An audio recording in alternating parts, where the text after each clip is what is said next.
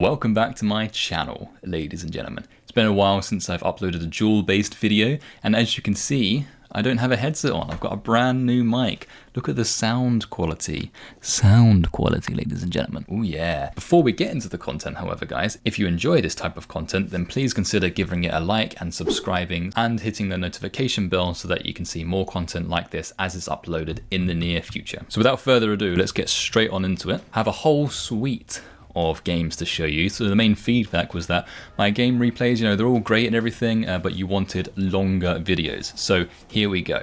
I opened a pretty bad hand, I'm not going to lie to you, but super polymerization is going to come in handy.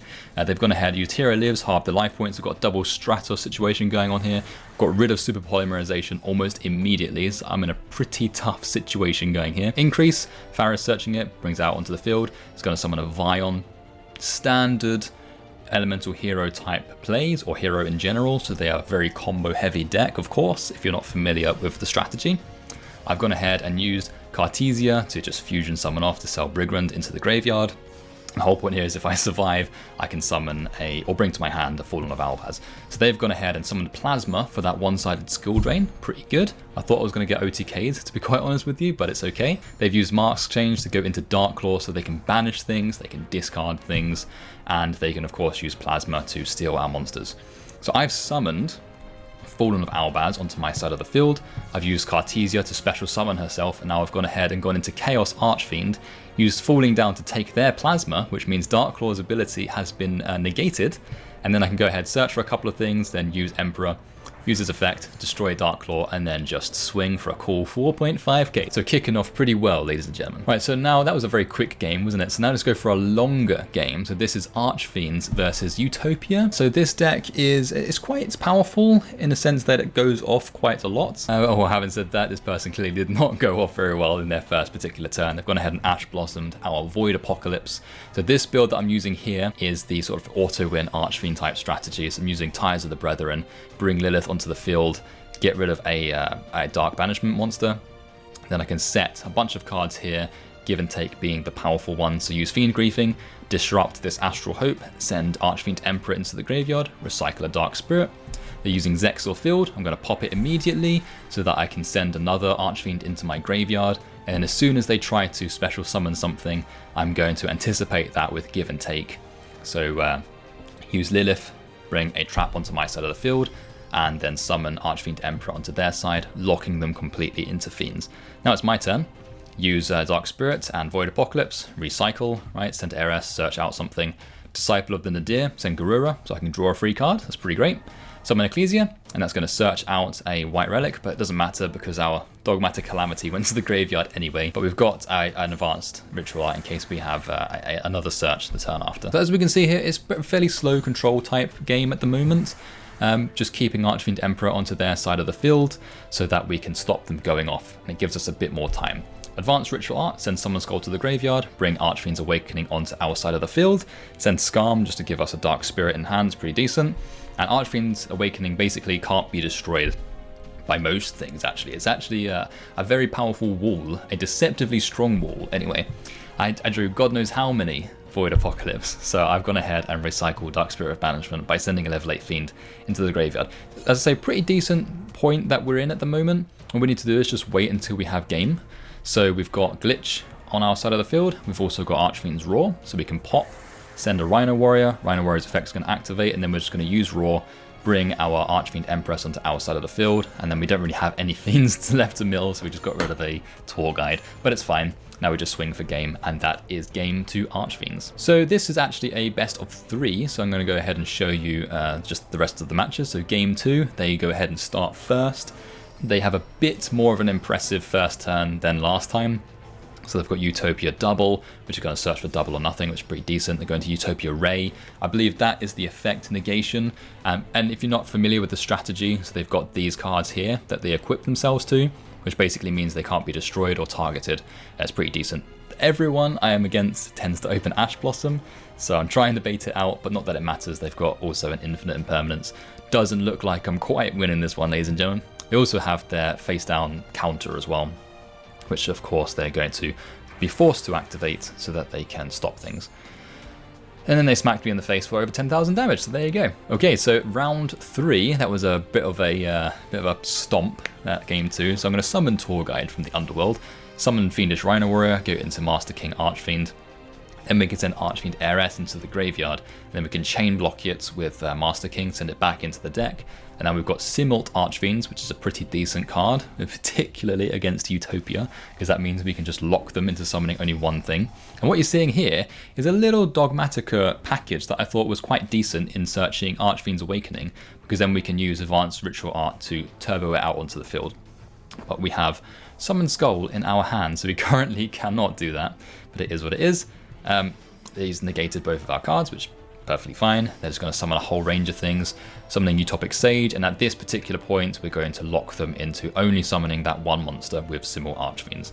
Now pay 500, summon, link off, go into Moocracker. Now we can get rid of Summon Skull, use Master King's effect, shove it back into the deck. Now we can use Advanced Ritual Art, send it back into the graveyard, summon Archfiend's Awakening, and then just use Master King again, roll the dice, why not? And then get rid of everything for Underworld Goddess of a Closed World, and then send Empress into the graveyard off of Rhino Warrior so that we can recycle our Dark Spirit. So I'm in a pretty decent spot now. We've got Archfiend Glitch face down in order to pop whatever we might need. They have one monster but no particular extender, which is a bit of a shame. We're going to summon Master King Archfiend onto the outside of the field, and now we can start plussing again, right? So use Master King, send it back into the deck, then use Heiress to search out a particular card. We've got Archfiend Emperor in our hand now, which sets us up quite nicely because we have our Call of the Archfiend as well. So we just swung for game, and that is game 3 to Archfiends. Right, so a best of 1 here. So we've got Archfiends versus what seems to be Evil Eye, or some sort of Danger Evil Eye package. They go first. Bring Nessie onto their side of the field, bring the Danger Snake, use Set Rotation to set their Evil Eye of Domain and Gateway to Chaos on our side of the field. Basically just means that we can't activate any field spells. So Evil Eye are pretty decent. They used to be very normal summon reliant, but their new cards have allowed them to turbo out a bit more quicker. And now they've got the Gorgon Empress, so this is a link monster that destroys cards with a quick effect. And Evil Eye of Selene, of course, is the main card that they need in order to facilitate all of their plays. So they're going to use their cards, like Catoplepas, for example, to protect their Evil Eye. And then they've got a Evil Eye Retribution here, which is a counter trap, which negates our cards. And then I believe they're going to Scythe Lock us. Yes, they are, which doesn't matter too much for Archfiends in this particular build anyway. So we're going to send Dark Spirit of Malice, send Heiress, and then we're going to use Small World to basically get rid of a bunch of cards to summon Shadow Knight Archfiend, because why not? And then we set a bunch of cards face down and end our turn. They're going to go into Nightmare Phoenix, which isn't great, so we're going to use Archfiend Glitch to try and pop their Evil Eye, send Empress into the graveyard, and now we can bring out Dark Spirit of Malice. Basically use it to bring out Archfiend Empress at some point, so I can't remember when I do this. But they've got the Zerziel, which I believe gets a whole lot of attack based off of how much life points difference you've got or something like that. So they're going to smack us for 4k twice. We're going to use Call of the Archfiend to try and revive in a desperate attempt. So we're surviving off of 1 turn. And these 1 day of peace as well, which is quite nice. And now we have a guaranteed, protection. Okay, so we've got Archfiend of Gilfer here. They're going to use Evil Eye of Selene to get rid of a bunch of their life points to keep powering up their attack. Imprisoned Queen goes into the graveyard, and now we basically have some sort of setup here to try and protect us, but it's not looking good. So they're going to use their cards to pop our cards. This is a misplay. I don't think it would have mattered anyway, because I kind of forgot that they had to destroy something. I should have waited. And then they can obviously destroy stuff. Archfiend Empress is going to summon Imprisoned Queen. But of course they can attack again for over 6,000 damage. So we lost that one, ladies and gentlemen. So Archfiends versus Evil Eye, and Evil Eye wins. Right, so now we have Archfiends versus what seems to be some sort of pure TENYI deck. And I've got to tell you, ladies and gentlemen, the opening hands of almost every game so far has been fairly abysmal. So if you use Glitch, because it was going to get bounced, destroy their Monk of the TENYI. At this particular point when I was playing, I thought it was probably Sword Soul that I was against. But no, I'm pretty sure it's just straight up pure TENYI. So we are searching out a couple of eccentrics, right? We have Archfiend's Roar in the face down, so we can summon Heiress if we need to. So okay, Marmar's going to go and combo off, bring a bunch of tokens onto their side of the field, go into their huge boss monster, Sahasrara, something like that. And they've got Berserker of the TENYI as well, so that can banish cards, and this other monster as well gives you some sort of like non-targeting protection, something like that. I believe it can also summon a token. Yes, it can. So I'm going to use Archfiend's Roar now, and they're going to completely negate it with Fists of the Unrivaled TENYI. So we've got an Archfiend glitch, and we have a Torrential Tribute. Pretty much all they needed to do was attack, but you know, some players will just be some players, right? And we're going to blow up the entire field. So it's not looking good for them now, is it? I mean, to be fair, top decking a Rhino Warrior is not a good point to be in either. But what do they top deck? So they're going to draw, bring a Nahata into the hand. It can special summon itself. They're going to go into Monk of the TENYI, which is quite nice. They can recycle a couple of cards, bring a Shuna out to their side of the field, go into Shaman of the TENYI, smack us for a couple of damage. We're going to send Heiress into the graveyard, search out an Archfiend's Roar. So, Archfiend's Roar, an Imprisoned Queen Archfiend, ooh, and a Fiend Griefing. It's not too bad, but it could be better. Okay, so Pot of Desires, so what was that, neg 9? We've got Fist of the Unrivaled TENYI, just negating a bunch of cards. When they choose to activate it next turn. Heiress, blowing it up intentionally through Roar to bring Emperor onto our side of the field. So now the whole point now is to, of course, try and recycle some Dark Spirits. Try to destroy Shaman and attack for 1500, set Call of the Archfiend. It dies at the end of the turn, bring Dark Spirit of Banishment back into our hand. Right, so they've got a reasoning. What number do we call? We call 4. And it just happened to be 4. Brilliant. Okay, so now we can... so the time was up.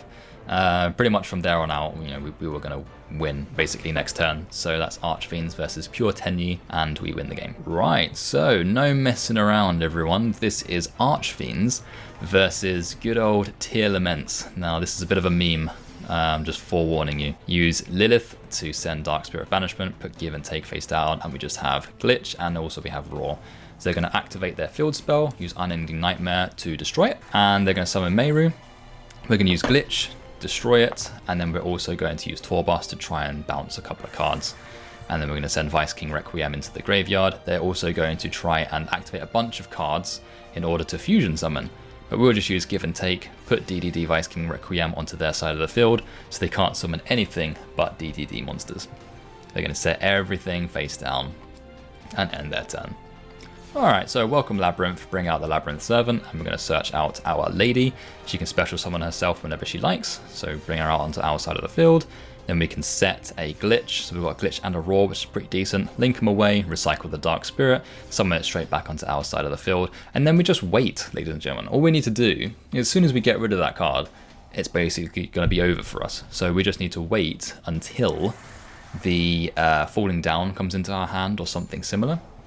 We're going to use Dark Spirit of Banishment, protect ourselves, and at this particular point in time, you know, Edo Pro Community will be Edo Pro Community. They complained at me, saying I was the worst kind of player for locking them into DDDs, you know, boo-hoo, the poor meta player.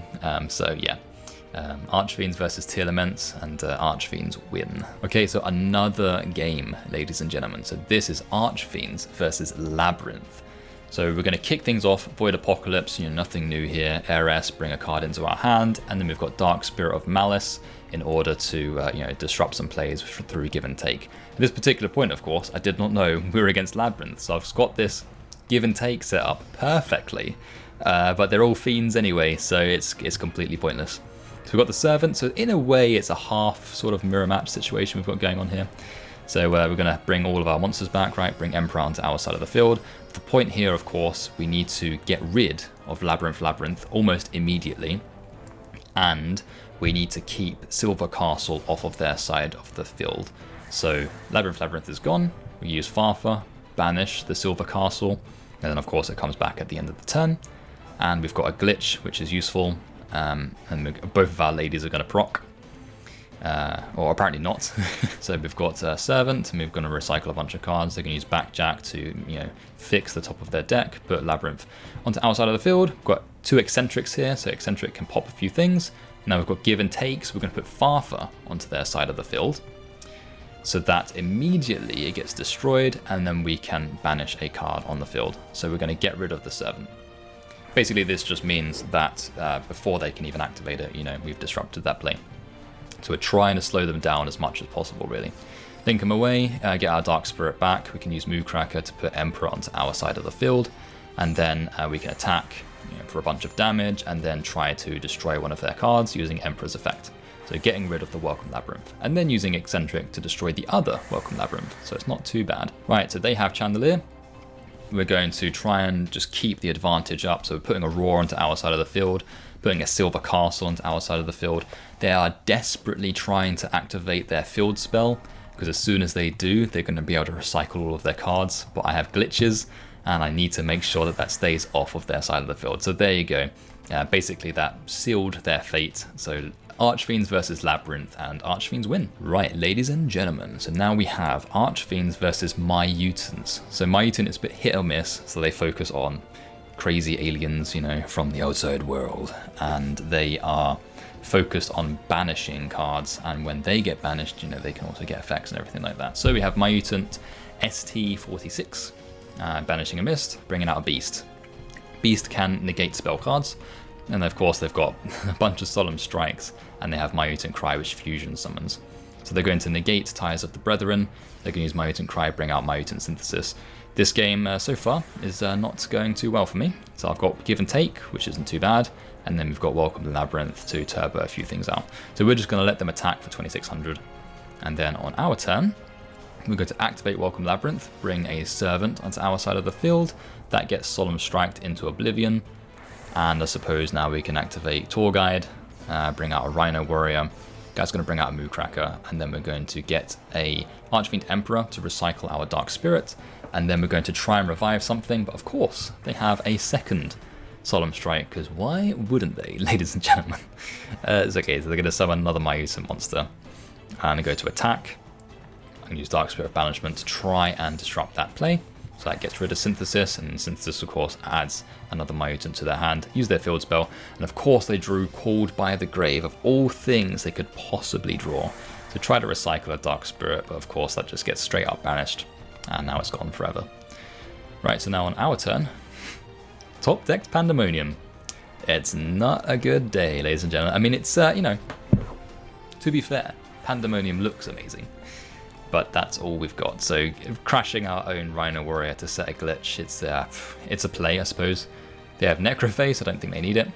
They're about to banish a whole lot of other cards. And here is where I did a horrendous misplay. I'm like, oh, this is all good. I can just send Archfiend Empress into the graveyard and recycle my Dark... Oh, wait. Dark Spirit Banishment, gone forever. And of course now they have Ultimus, which is their, is it Omni Negate? Something like that. Which, to be honest, is a card that MYUTANTs don't play as often as they probably should. So yeah, MYUTANTs win against Archfiends. Right, so round 10, we have Archfiends versus Labrynth once again. So it's my turn first, so Void Apocalypse, just getting rid of Pandemonium. Pandemonium sucks in this particular case. Send Heiress into the graveyard, search out an Eccentric, and we've got a Unending Nightmare, and we have an Archfiend glitch. So yeah, take with that what you will. So they're going to automatically put a Welcome Labrynth onto their side of the field. They're going to use Pot of Disparity. They're going to search for, look at the top 6 cards of their deck. They're using Labrynth Archfiend, it's pretty commendable. And they're going to bring Glitch from what it looks like into their hand. They're going to use Labrynth Servant, and because we have the best top decking in the world, we start off with good old Unending Nightmare, destroy that Labrynth to disrupt all of their plays. Shot in the Dark, let's get rid of something with Glitch. Skarm can search out Dark Spirit. And now they're going to use Eradicator Epidemic Virus, which gets rid of all of our traps, which is fairly annoying. I mean, it is what it is. We can use Eccentric, destroy the Ariana, and King Backjack is going to fix their deck and then set something. Right, so Dark Spirit Banishment. That's all we've got going for us, I suppose. They're going to use Ariana, bring a Labrynth onto their side of the field, Ties of the Brethren, let's put Lilith, and let's put Torbus. So we can get rid of Torbus a bit later to disrupt some plays, which isn't bad. The only issue with Torbus is that the effect is mandatory, which is fairly annoying. So it looks like the Labrynth is finally going to resolve. And we can set a glitch onto our side of the field, spin the Silver Castle back into the deck, not about that life at all, and then use Welcome Labrynth to bring a Servant, and then use her effect to search out our own Silver Castle. Right, so now we top-decked Archfiend of Gilfer. It's not great. Let's pop one of their monsters, use Heiress, and now we can draw, we can recycle, and of course they can use Infinite Impermanence to negate our card. So, we've got a glitch on our side of the field, so that's pretty decent. Now they get to special summon something back off of Labrynth. Hopefully this is the last turn they can do that. And then we tribute summon into Archfiend of Gilfer, which is chef's kiss, ladies and gentlemen. Okay, set a card. We're just going to try and bring out a couple of things. So Servant can search out our Lady. Lady's going to summon herself, and then we can activate Glitch, which allows us to set another trap onto our side of the field. And because of that, ladies and gentlemen, this particular player surrendered. So once again, Archfiends versus Labrynth, and Archfiends win. Right, so turn 2, round 2, however you want to call it. So this is a little best of 3 situation going on here. We can use Pot of Disparity, so they go first this time. The trap deck going first, all very interesting. So they're going to bring Eradicator Epidemic Virus, which is Panic. Okay, Labrynth Servant's going to bring the field spell. It's extremely important for the deck. You get rid of that. It's a massive choke point I've found through playtesting. They set a bunch of cards, as you do. And of course, so they have Eradicator Epidemic Virus, and I draw nothing but spells and traps. In fact, set 5 and pass, and they're going to, oh no, they're going to absolutely annihilate me. Eradicator Epidemic, Cool Trap, bang, goodbye. That is so painful, ladies and gentlemen. Hate it. And now they're in a perfect spot, really. So they've got an Ariana, they have a Silver Castle. No matter what I do now, I can draw something, they'll activate a trap, and then rip it straight out of my hand. So yeah, it looks like it's all over. And they're going to set a bunch of cards, and then just swing for game.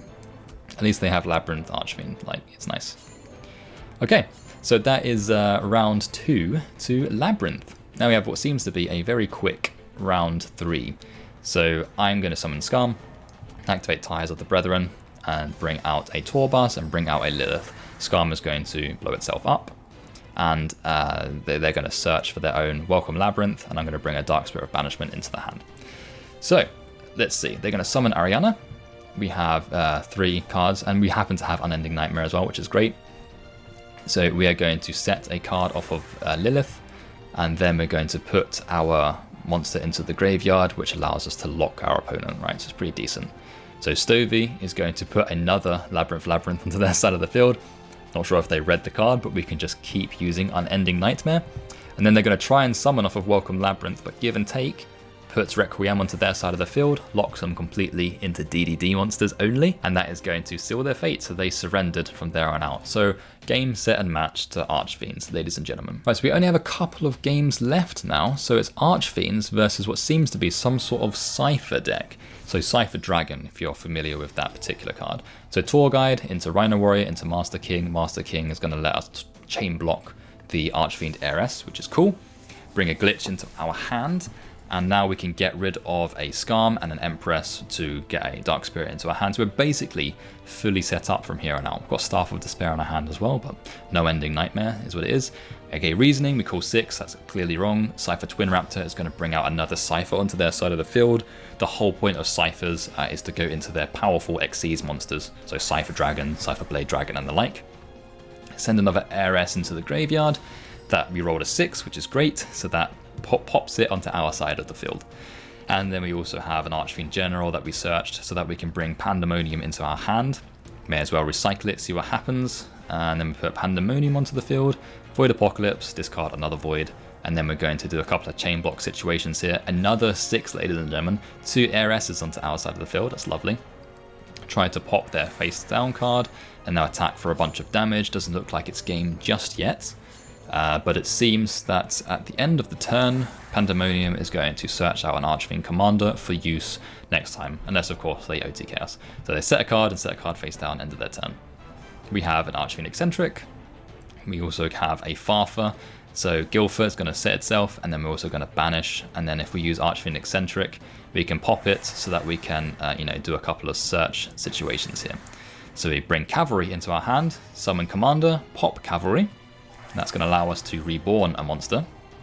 And then also everything else activates as well. So Pandemonium activates, Cavalry gets put onto our side of the field, and also Archfiend Emperor is going to destroy their face down card, and then we can swing for game. That was a bit of a flex, to be honest, using the Gilfer loop that may or may not be legal. We could have just used the Archfiend Eccentric to pop their face down card without all of the extra baggage, but it is what it is. So it's round 2, Archfiend versus good old CIPHER.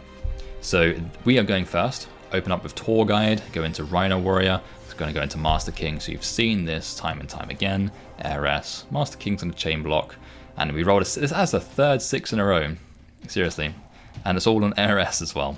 So Centaur bust into the graveyard, we can now recycle the Rhino Warrior, and then we can also do some recycling a bit later on as well. We have a glitch, which is cool, and they've got a couple of cards that didn't really do much, so we can just pop stuff, and then we can also do a couple more recycling here. So Heiress goes back into the deck, and then we could search out a General. So it seems like this sort of game's happening the same as last time. Use General, bring out Pandemonium. I'm beginning to think, actually, even though I'm using Master King's effect on General, probably shouldn't do that, because that's extra fodder for Emperor, you know? So, shuffle all the Heiresses back into the deck. We get to search out an Emperor, normal summon, use Emperor's effect, destroy that card, and that's going to bring a card into their hand. Use Void Apocalypse, send Empress and Imprisoned Queen, so that we can recycle our Dark Spirits, swing for some damage, and then Pandemonium is going to go ahead and search out a particular card, and that is going to be an Archfiend Eccentric. So, looks like they completely bricked this game, which is a bit unfortunate.